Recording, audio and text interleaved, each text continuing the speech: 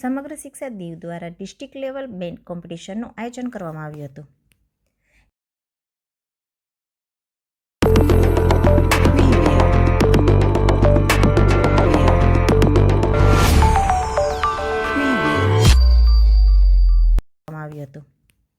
કેન્દ્ર શાસિત પ્રદેશ દીવ ખાતે આજે દર વર્ષની જેમ આ વર્ષે પણ ડિસ્ટ્રિક્ટ લેવલ બેન્ડ કોમ્પિટિશનનું આયોજન થયું હતું. સમગ્ર શિક્ષા દીવ દ્વારા આયોજિત આ કાર્યક્રમમાં દીવ એજ્યુકેશન ઓફિસર અરવિંદ સોલંકીના માર્ગદર્શન અને નેતૃત્વમાં ડિસ્ટ્રિક્ટ લેવલ બેન્ડ કોમ્પિટિશન થયું હતું, જેમાં કુલ 7 ટીમે ભાગ લીધો હતો, જેમાં 5 ટીમ બોયઝ અને 3 ટીમ ગર્લ્સે આકર્ષણ પ્રદર્શન કર્યું હતું.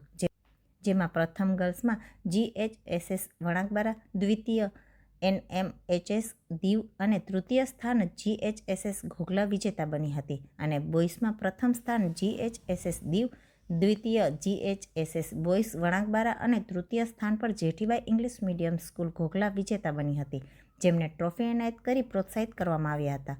ડિસ્ટ્રિક્ટ લેવલ કોમ્પિટિશન IRBNના ઇન્સ્પેક્ટર મોહમ્મદ મુસ્તફા, ASI ભરતભાઈ અને APO નાનજી સાહેબે નિર્ણાયકની ભૂમિકા ભજવી હતી. કાર્યક્રમને સફળ બનાવવા GHSS દીવના હેડ માસ્ટર વિજય સર અને BRC કોર્ડિનેટર દિવેશ સર તથા સ્ટાફે જહેમત ઉઠાવી હતી. સમગ્ર કાર્યક્રમનું મંચસંચાલન ગ્રીષ્મા શાહ દ્વારા કરવામાં આવ્યું હતું.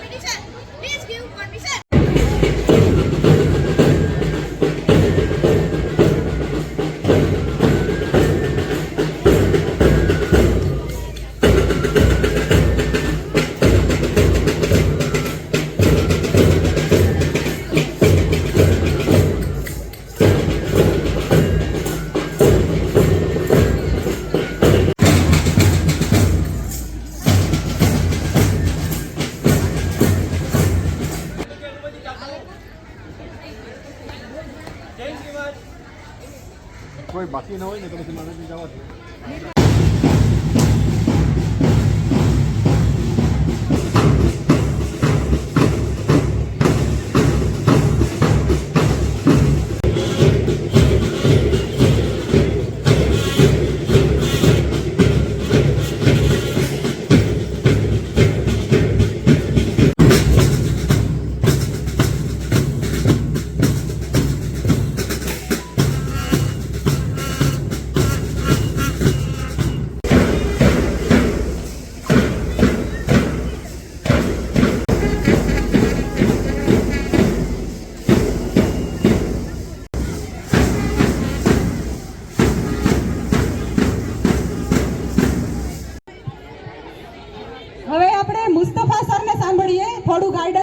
આપણને તમારી ક્યાં મિસ્ટેક હતી, ક્યાં કોઈનું પરફોર્મન્સમાં ક્યાં પ્રોબ્લેમ હતો, શું સારું હતું.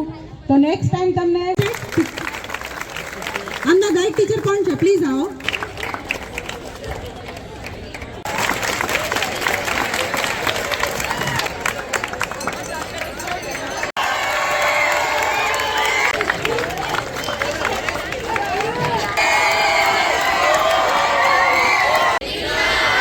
तो ये आप लोगों का बहुत बढ़िया परफॉर्मेंस रहा है,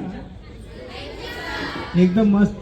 और इसमें क्या है, चंदे जो चीज़ें हैं उस पर ध्यान देगा तो और भी बेहतर हो सकता है आप लोगों का जो परेड है.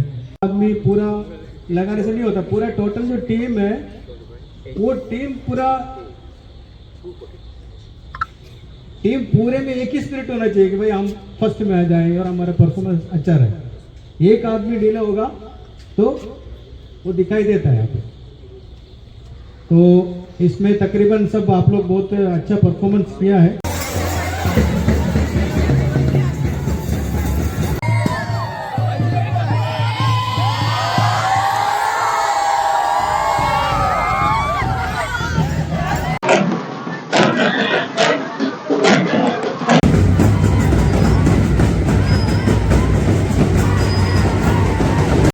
આજ રોજ સમગ્ર શિક્ષાના અંતર્ગત બેન્ડ કોમ્પિટિશનનું આયોજન કરવામાં આવેલું, જેમાં 7 શાળાઓએ ભાગ લીધેલો, જેમાં ગર્લ્સની 3 અને બોયઝની 4 એમ ટોટલ 7 શાળાઓએ ભાગ લીધો. એમ તો આમાં લગભગ 250 વિદ્યાર્થીઓએ કોમ્પિટિશનમાં ભાગ લીધેલો.